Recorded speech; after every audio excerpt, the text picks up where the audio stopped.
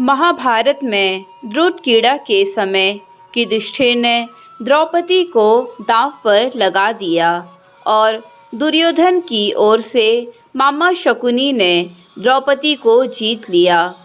उस समय दुशासन द्रौपदी को बालों से पकड़कर घसीटते हुए सभा में ले आया।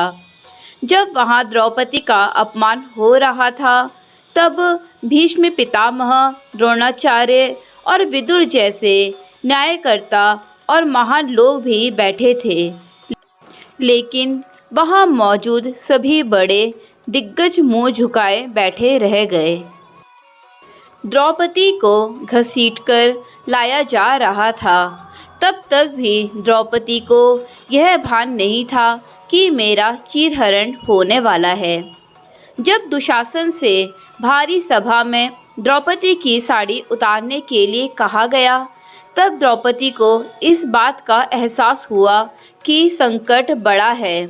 उस वक्त उसने अपने सबसे प्रिय सखा भगवान श्री कृष्ण का नाम पुकारा, हरि हरि अभयम कृष्णा अभयम। उद्धव गीता या उद्धव भागवत में श्री कृष्ण के सखा उद्धव उनसे इस संबंध में कई सवाल करते हैं। चलिए जानते हैं श्री कृष्ण और उद्धव के बीच के संवाद को। उद्धव कहते हैं, हे कृष्ण, आप पांडवों के आत्मीय प्रिय मित्र थे। आज़ाद बांधव के रूप में उन्होंने सदा आप पर पूरा भरोसा किया। कृष्ण, आप महान ज्ञानी हैं। आप भूत, वर्तमान और भविष्य के ज्ञाता हैं, किंतु आपने सच्चे मित्र की जो परिभाषा दी है, क्या आपको नहीं लगता कि आपने उस परिभाषा के अनुसार कार्य नहीं किया? आपने धर्मराज युधिष्ठिर को जुआ खेलने से रोका क्यों नहीं? चलो ठीक है कि आपने उन्हें नहीं रोका, लेकिन आपने भाग्य को भी धर्मराज के पक्ष में भी नहीं मोड़ा। आप चाहते तो युधिष्ठिर जीत सकते थे। आप कम से कम उन्हें धन, राज्य और यहाँ तक कि खुद को हारने के बाद तो रोक सकते थे। उसके बाद जब उन्होंने अपने भाइयों को दांव पर लगाना शुरू किया, तब तो आप सभा कक्ष में पहुँच सकते थे। आपने वह भी नहीं किया। उसके बाद जब दुर्योधन ने पांडवों को सदैव अच्छी किस्मत वाला बताते हुए द्रौपदी को दांव पर लगाने को प्रेरित किया और जीतने पर हारा हुआ सब कुछ वापस कर देने का लालच दिया, कम से कम तब तो आप हस्तक्षेप कर ही सकते थे। अपनी दिव्य शक्ति के द्वारा आप पासे धर्मराज के अनुकूल कर सकते थे। इसके स्थान पर आपने तब हस्तक्षेप किया जब द्रौपदी लगभग अपना शील खो रही थी। तब आपने उसे वस्त्र देकर द्रौपदी के शील को बचाने का दावा किया। लेकिन आप यह दावा भी कैसे कर सकते? उसे एक आदमी घसीटकर सभा में लाता है और इतने सारे लोगों के सामने निर्वस्त्र करने के लिए छोड़ देता है। एक महिला का शील क्या बचा? आपने क्या बचाया? अगर आपने संकट के समय में अपनों की सहायता नहीं की, तो आपको आपाद बांधव कैसे कहा जा सकता है? बताइए, आपने संकट के समय में सहायता नहीं की तो क्या फ़ायदा? क्या यही धर्म है?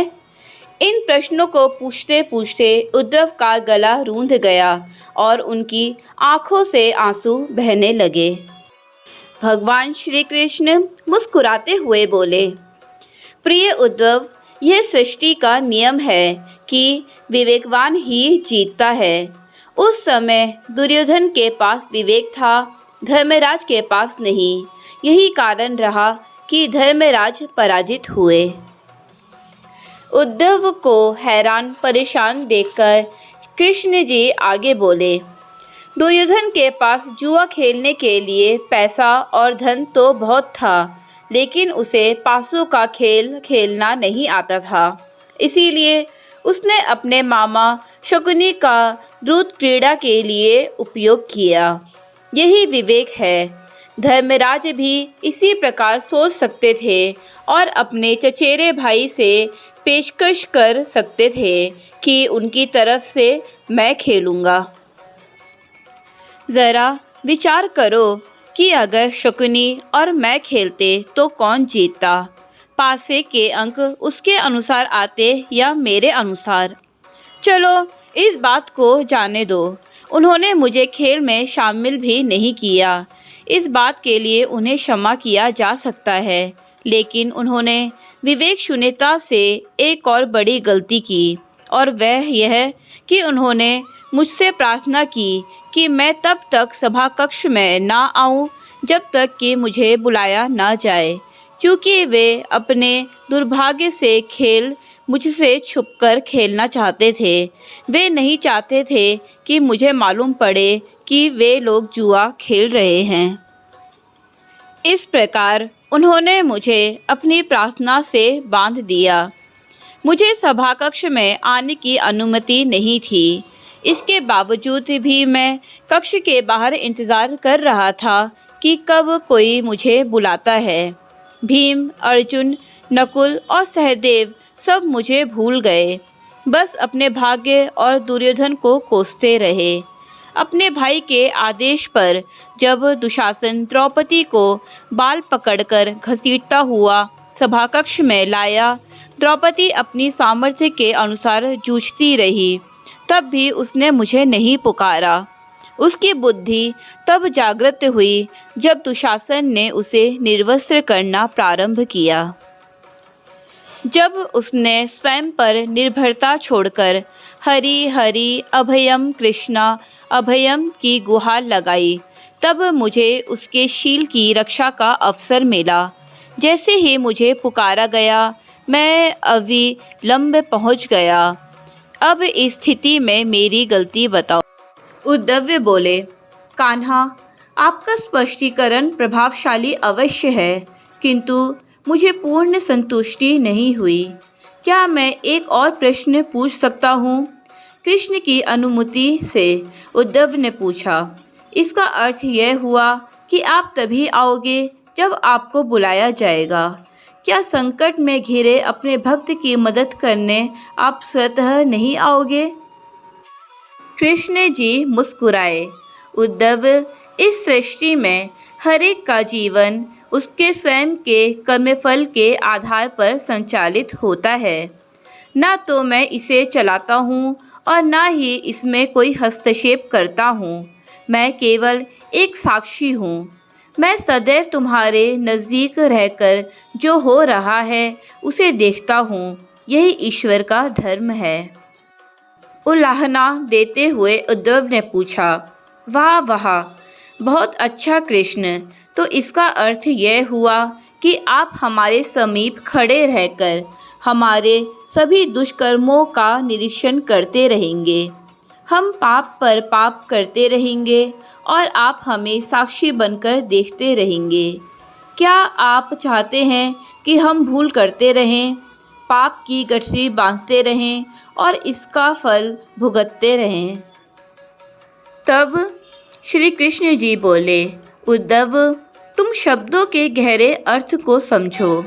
जब तुम समझकर अनुभव कर लोगे कि मैं तुम्हारे समीप साक्षी के रूप में हर पल हूँ, तो क्या तुम कुछ भी गलत या बुरा कर सकोगे? तुम निश्चित रूप से कुछ भी बुरा नहीं कर सकोगे। जब तुम यह भूल जाते हो और यह समझने लगते हो कि मुझसे छुपकर कुछ भी कर सकते हो, तब ही तुम कठिनाइयों में फंसते हो। धर्मराज का अज्ञान यह था कि उसने माना कि वह मेरी जानकारी के बिना जुआ खेल सकता है। अगर उसने यह समझ लिया होता कि मैं प्रत्येक के साथ हर समय साक्षी रूप में उपस्थित हूँ, तो क्या खेल का रूप कुछ और नहीं होता? उद्धव मंत्रमुग्ध हो गए और बोले, प्रभु, कितना गहरा दर्शन है, कितना महान सत्य है। प्रार्थना और पूजा पाठ से ईश्वर को अपनी मदद के लिए बुलाना तो महज हमारी परभावना है, किंतु जैसे ही हम यह विश्वास करना शुरू करते हैं कि ईश्वर के बिना पत्ता भी नहीं हिलता, तब हमें साक्षी के रूप में उनकी उपस्थिति महसूस होने लगती है। गड़बड़ तब होती है जब हम इसे भूलकर सांसारिकता में डूब जाते हैं। इसीलिए प्रत्येक मनुष्य को ये याद रखना चाहिए कि ईश्वर साक्षात रूप में हमारे समीप ही है। इस ज्ञान को सुनने के लिए आप लोगों का शुक्रिया।